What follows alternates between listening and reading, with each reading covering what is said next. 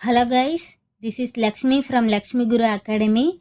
Welcome back day 2 of our NEET MCQ series. நேற்று video உங்கள் எல்லாருக்கும் ஈஸியாக அண்டர்ஸ்டாண்ட் ஆகியிருக்கும்னு நம்புகிறேன். இன்றைக்கி த மார்ஃபாலஜி ஆஃப் ஃப்ளாரிங் பிளான்ட்டில் இந்த ஸ்டெம் பற்றி பார்ப்போம். வாங்க வீடியோக்குள்ளே போகலாம். ஃபஸ்ட் கொஸ்டின் என்ன கொடுத்துருக்காங்க? Read the following statement. How many of the above statement are correct? எத்தனை ஸ்டேட்மெண்ட் கரெக்டுன்னு கொடுத்துருக்காங்களா கேட்டிருக்காங்க. ஃபஸ்ட் என்னது? Stem develop from the plumule of ஸ்போர்ட்ஸ்னு கொடுத்துருக்காங்க. பிளிமியூலேருந்து தான் டெவலப் ஆகும், ஆனால் ஸ்போர் கிடையாது. எம்ப்ரியோவோட பிளிமியூலேருந்து ஸ்டெம்மு க்ரோ ஆகும். அப்போ இந்த statement incorrect. Stem bear node and இன்டர்நோடுன்னு கொடுத்துருக்காங்க. இப்போ இதுதான் ஒரு பிளான்ட்டோட ஸ்டெம்முனா, இங்கே ஒரு நோடு, இங்கே ஒரு நோடு, இது வந்து நோடு, இதுவும் நோடு. இந்த ரெண்டு நோடுக்கும் இடைப்பட்ட பகுதி தான் வந்து என்னது? Inter node. ஒரு ஸ்டெம்முனாலே அது நோடு இன்டர் நோடு ரெண்டுமே இருக்கும். அப்போ இந்த ஸ்டேட்மெண்ட் கரெக்டு. அடுத்து the region of stem where leaves are born are இன்டர் நோடுன்னு கொடுத்துறாங்க. அதாவது இந்த ரீஜன்லேருந்து லீஃப் அரேஸ் ஆகும்னு கொடுத்துறாங்க. இது வந்து இன்கரெக்டு. நோடுலேருந்து தான் பிரான்ச்சஸோ லீஃபோ இல்லை பட்டு எதுனாலும் நோடுலேருந்து தான் அரேஸ் ஆகும். அப்போ இந்த ஸ்டேட்மெண்ட் இன்கரெக்டு. அடுத்து the stem bear terminal or auxiliary bud. அதாவது ஒரு ஸ்டெம்மோட டெர்மினல் பொசிஷனில் ஒரு பட்டு க்ரோ ஆகலாம், இல்லைன்னா ஆக்சிலரியில் கூடயும் பட்டு க்ரோ ஆகலாம். இதுவும் கரெக்ட். அடுத்து the some stem perform the function of storage would support production and vegetative propagation. நேற்று ஒரு பார்த்தோம், இப்போமியா பட்டாட்டாஸ், அது வந்து ஃபுட்டு ஸ்டோரேஜுக்காக ஸ்வாலனாக ஆகியிருக்குன்னு சொல்லி பார்த்தோமா. அப்போது இதுவும் கரெக்ட். அப்போ எத்தனை ஸ்டேட்மெண்ட் கரெக்டு? 1, 2 and 3. அப்போ ஆப்ஷன் ஏ தான் answer. Next question. Underground stem of potato, ginger, turmeric, ஜாமின்கண்ட் and colocasia are modified to. First என்ன கொடுத்துருக்காங்க? A propagate reproductive by asexual method. இப்போது நம்ம வீட்டிலையே உருளைக்கிழங்கு நம்ம பார்த்துருப்போம். இப்படி இருக்குமா?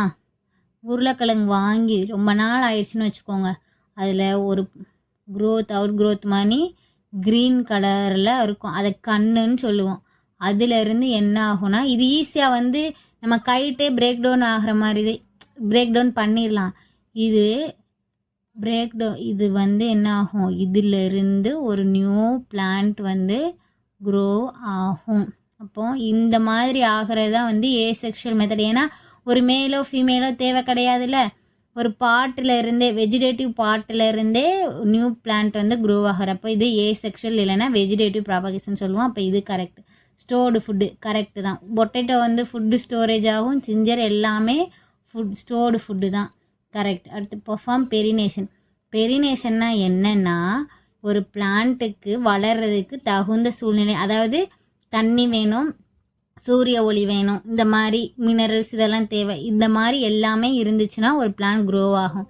இப்போது ரொம்ப வறட்சியான காலம் வருதுன்னு வச்சுக்கோங்க, அன்ஃபேவரபிள் கண்டிஷனில் இருக்குது.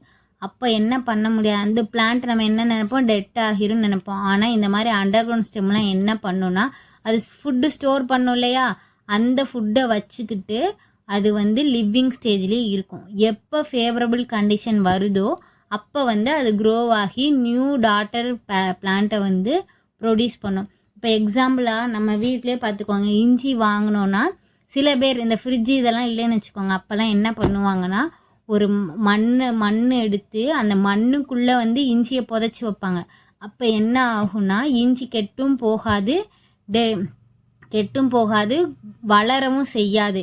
அதை சூரிய ஒளியிலையோ இல்லை அதுக்கு தேவையான தண்ணியே கொடுக்காத வரைக்கும் அது அப்படியே வந்து லிவிங் ஸ்டேஜில் இருக்கும். ஒன்ஸ் அதுக்கு நம்ம ஃபேவரபிள் கண்டிஷனாக சன்லைட்டு, வாட்டர் இதெல்லாம் கொடுத்தோம்னா அதுலேருந்து ஒரு பிளான்ட் க்ரோ ஆகும்.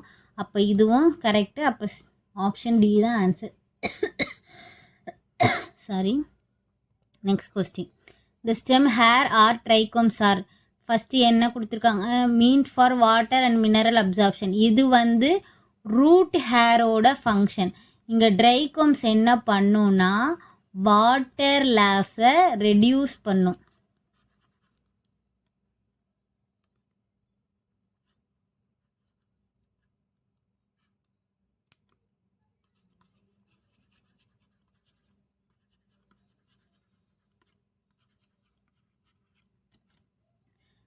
ட்ரைகோம்ஸ் வந்து அப்போ இந்த ஸ்டேட்மெண்ட் வந்து என்னது இன்கரெக்ட். யூனிசெல்லுலாரா யூனிசெல்லுலார், மல்டிசெல்லுலார் இருக்கு. அப்போ ஆன்சர் வந்து more than one option is correct. Next question, stolon is common in. ஸ்டோலன்னா என்னன்னா, இப்போ இது இப்படி ஒரு பிளான்ட் இருக்குன்னு வச்சுக்கோங்க. ஜஸ்ட் இமேஜின் பண்ணிக்கோங்க, இதுதான் ஒரு பிளான்ட்டு. இது சாயிலுக்குள்ள ரூட் வந்து நமக்கு இருக்கும். இப்போ இங்கேருந்து இன்னொரு பிரான்ச் வரும்னு வச்சுக்கோங்க.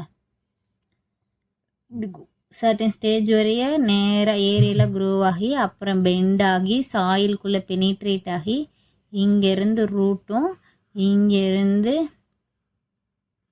ஒரு நியூ பிளான்ட்டு க்ரோ ஆகும்.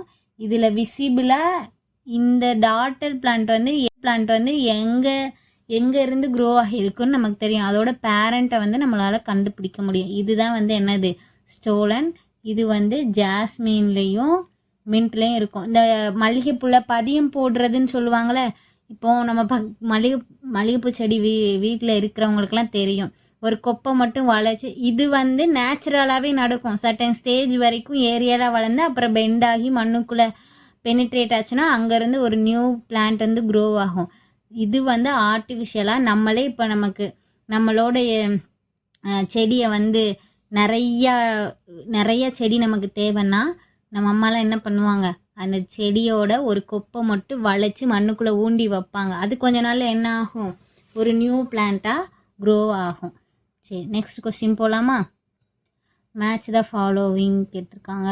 தான்னா என்னது, ஒரு modified auxiliary but. Option third எந்த ஆப்ஷன் இருக்குது, டி தான் இருக்குது. அப்போ ஆன்சர் நம்ம கண்டுபிடிச்சிட்டோம். ப்ரிக்கிள்னா என்னென்னா சூப்பர்ஃபிஷியல் அவுட் க்ரோத்துன்னு சொல்லுவோம். என்ன எக்ஸாம்பிளுக்கு எபிடர்மிஸ்லேருந்து ஒரு அவுட் க்ரோத் மாதிரி வளர்ந்துருக்கும், தான் மாதிரி முள் மாதிரியும் வச்சுக்கோங்க. அதுனா தன்னை வந்து பாதுகாத்துக்கிறதுக்காக அந்த மாதிரி. நம்ம ரோஸ்லாம் பார்த்திங்கன்னா ஸ்டெம்மிலலாம் முள்ளாக இருக்கும் இல்லையா, அதுதான் வந்து ப்ரிக்கிள்னு சொல்லுவோம். அடுத்து ஸ்பைன் வந்து என்னது, மாடிஃபைடு லீஃப். டுரியான் என்ற என்னது, ஃப்ளெஷி அக்வாட்டிக் வெஜிடபிள் பட். இதுவுமே எப்படின்னா, அக்வாட்டிக்கில் ஒரு பிளான்ட் இருக்குன்னு வச்சுக்கோங்க, அது ஒரு வறட்சியான காலம்னா அப்போ தண்ணியோட அளவு குறையுமா, இந்த பட்டு வந்து டெர்மினல் பொசிஷனில் இருக்கும். அது என்ன பண்ணுன்னா, அந்த பிளான்ட்லேருந்து டிட்டாச் ஆகி அந்த தண்ணிக்கு அடியில் போய் செட்டில் ஆகிரும். எப்போ அதுக்கு ஃபேவரபிள் கண்டிஷன் கிடைக்குதோ அப்போ வந்து அது ஒரு நியூ பிளான்ட்டாக க்ரோ ஆகும். இதுக்கு ஆப்ஷன் டி தான் answer. Next question, a long leafless flowering stem arising directly from a bulb like in onion is called. நம்ம ஃப்ளாரிங் ஸ்டெம்னா என்ன சொல்லுவோம், பெடங்கிள்னு சொல்லுவோமா. அந்த பெடங்கிளில் வந்து என்ன இல்லை, லீஃப் இல்லை, எதுவும் லீஃப்லெஸ்ஸாக இருக்குது. அப்போ அந்த ஸ்டெம்மை என்ன சொல்லுவோன்னு கேட்டிருக்காங்க. இப்போது பல்புன்னு ஆனியன் கொடுத்துட்டாங்க. நம்ம ஜஸ்ட் இமேஜின் பண்ணிக்கோங்க, இதுதான் வந்து ஒரு ஆனியன்னா இங்கே வந்து நமக்கு வேர் இருக்குமா, இதுலேருந்து ஸ்டெம் அரைஸ் ஆகும். ஒன்லி ஒரு ஸ்டாக் மட்டும்தான் இருக்கும், இதில் எந்த லீஃபும் இருக்காது. எண்டிங்கில் என்ன ஆகும், இதுலேருந்து ஃப்ளார் வந்து நமக்கு க்ரோ ஆகும். இந்த ஸ்டாக்கை தான் என்ன சொல்லுவாங்கன்னா ஸ்கேப்னு சொல்லுவோம். இப்போது இதுதான் ஆன்சர். பல்பில் வந்து ஒரு பட்டு, டூரியானும் வந்து ஒரு அக்வாட்டிக் பட்டுன்னு பார்த்தோமா. லயனானா அது என்னென்னா அது ஒரு ட்ரீ கிளைம்பர். சரி, நெக்ஸ்ட் கொஸ்டின் போவோமா? பல்பில்னா என்ன கொடுத்துருக்காங்க, is a modified from of either vegetative or floral bud. Correct தான், இது வெஜிடேட்டிவ் ப்ராபகேஷன் தான் நடக்கும். அப்போ இது கரெக்ட். அடுத்து get swollen because of food accumulation. அதாவது ஃபுட்டுக்காக தான் என்ன ஆகும், ஸ்வாலன்னா ஆகும், ஃபுட்டு ஸ்டோரேஜ் ஆகி வீங்கின மாதிரி ஒரு பெரிய ஸ்ட்ரக்சர் வரும். அப்போ இதுவும் கரெக்ட். அடுத்து get detached from the parent plant fall on the soil and gives rice to new plant. இதுவும் வந்து என்னது கரெக்ட் தான். அப்போ ஆன்சர் வந்து என்னது, ஆல் ஆர் கரெக்ட். அடுத்து கிளாடோடு ஃபில்லோடு எது கரெக்டான மேட்ச்னு கேட்டிருக்காங்க.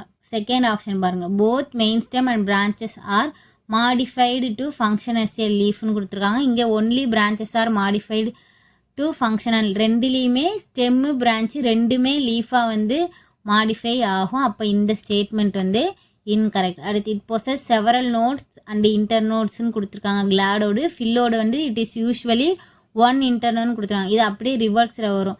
கிளாடோடு தான் வந்து என்னது ஒன் நோடு இருக்கும், ஃபில்லோடில் தான் வந்து என்ன இருக்கும், several node and internode வந்து ப்ரெசண்ட் ஆகியிருக்கும். அப்போ இதுவும் வந்து என்னது இன்கரெக்ட். அடுத்து காமன் எக்ஸாம்பிளாக கிளாடோட எக்ஸாம்பிள் யூஃபோர்பியா ஒப்பன்ஷியான்னு கொடுத்துருக்காங்க.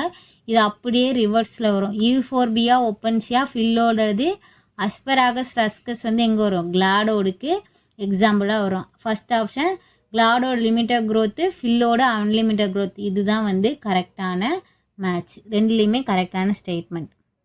நெக்ஸ்ட் கல்ம் இஸ் ஃபவுண்டின்னு கேட்டிருக்காங்க. முதல் கல்ம்னா என்னென்னா, இப்படி ஒரு ஸ்டெம் இருக்குன்னு வச்சுக்கோங்க. இந்த ரெண்டுக்கும் நடுவில் ஹேலோவாக இருக்கும், ஹோல்ஸ் மாதிரி வந்து இருக்கும்.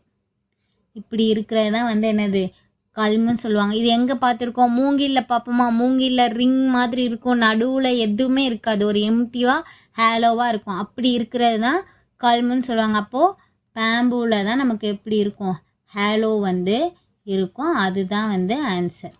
Next question, a bud is present in. Bud எங்கே இருக்குன்னு கேட்டிருக்காங்களா, பட் எங்கே இருக்குன்னு கேட்டிருக்காங்களா. The axil of petiole of simple leaf, இதுவும் கரெக்டு தான். The axil of petiole of compound leaf, இதுவும் கரெக்டு தான். ஸ்டெம்மோட அப்பெக்ஸில் இருக்கலாம், அதுவும் கரெக்டு தான். அப்போ என்னது, ஆல் ஆர் கரெக்ட். ஆல்ரைட், இன்னைக்கு கான்செப்ட் உங்களுக்கு புரிஞ்சிருக்கும்னு நினைக்கிறேன். இதில் ஏதாவது டவுட் இருந்துச்சுன்னா கமெண்ட் பண்ணுங்கள், நான் உங்களுக்கு அதை கிளியர் பண்ணுறேன். நம்மளோட வீடியோஸ் எல்லாம் உங்களுக்கு ஹெல்ப்ஃபுல்லாக இருக்கும்னு நினச்சிங்கன்னா நம்ம சேனலை சப்ஸ்கிரைப் பண்ணுங்கள், பெல் ஐக்கானை கிளிக் பண்ணுங்கள். தேங்க்யூ.